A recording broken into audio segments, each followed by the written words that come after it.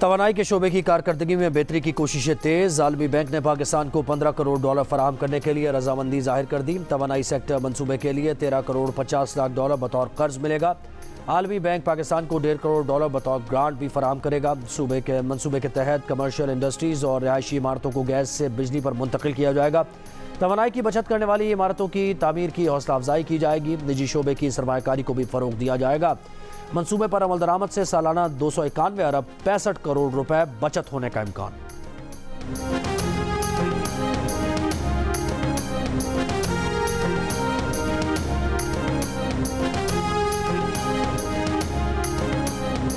इसाकदार के खिलाफ आमदन से जायद असासाजात रेफरेंस आगे चलेगा या नहीं। इस्लामाबाद की एहतसाब अदालत ने फैसला महफूज कर लिया। एहतसाब अदालत ने रेफरेंस बंद करने के बजाय इसाकदार को बरी किया। JIT ना तफ्तीशी ऑफिसर इसाकदार के खिलाफ कोई सबूत नहीं ला सके। अगर नैब कोई नए सबूत लाता है तो मजीद दलाल दे सकते हैं। नैब प्रोसिक्यूटर ने कहा कि इसाकदार के खिलाफ कोई सबूत मौजूद नहीं। किसी अदालत की तरफ से मजीद तहकीकात की कोई हिदायत भी नहीं। सिर्फ सुप्रीम कोर्ट के फैसले में एहतसाब अदालत को हिदायत है कि केसेस को दोबारा देखा जाए।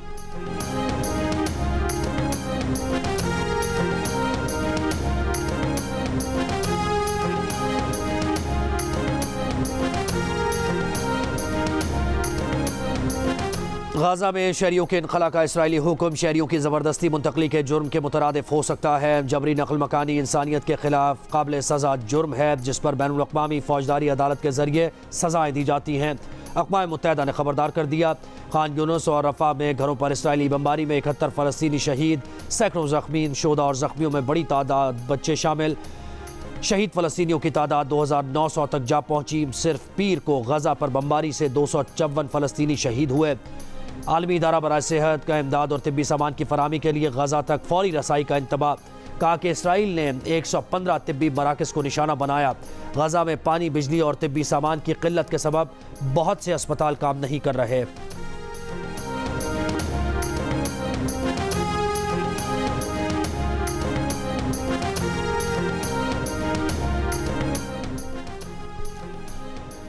इसराइली फ़ौज का गज़ा में जंग के अगले मरहले की तैयारी का एक मरतबा फिर ऐलान। बैनुल-अक़वामी क़वानीन के तहत हथियारों का इस्तेमाल का दावा। तर्जुमान इसराइली फ़ौज का कहना है कि गज़ा जंग के अगले मरहले की तैयारी कर रहे हैं।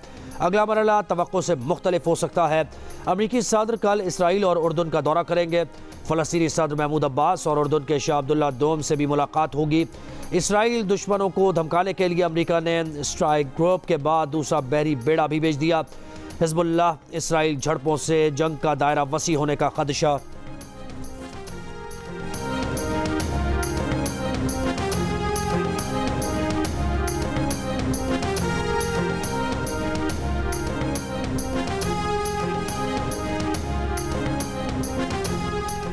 ईरान के सुप्रीम लीडर आयतुल्लाह ख़ामेनी का गज़ा में जारी इसराइली बमबारी फौरी रोकने का मुतालबा। कहा इसराइल के जराइम जारी रहे तो दुनिया भर के मुसलमानों और मज़ाहमती क़ुव्वतों को कोई नहीं रोक सकता।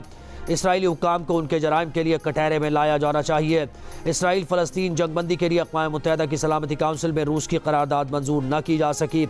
अमरीका, बरतानिया, फ्रांस और जापान ने मुखालफत में वोट दिया। OIC की एग्जीक्यूटिव कमेटी का हंगामी इजलास कल से जद्दा में होगा। ईरान के वज़ीर ख़ारिजा भी शिरकत करेंगे।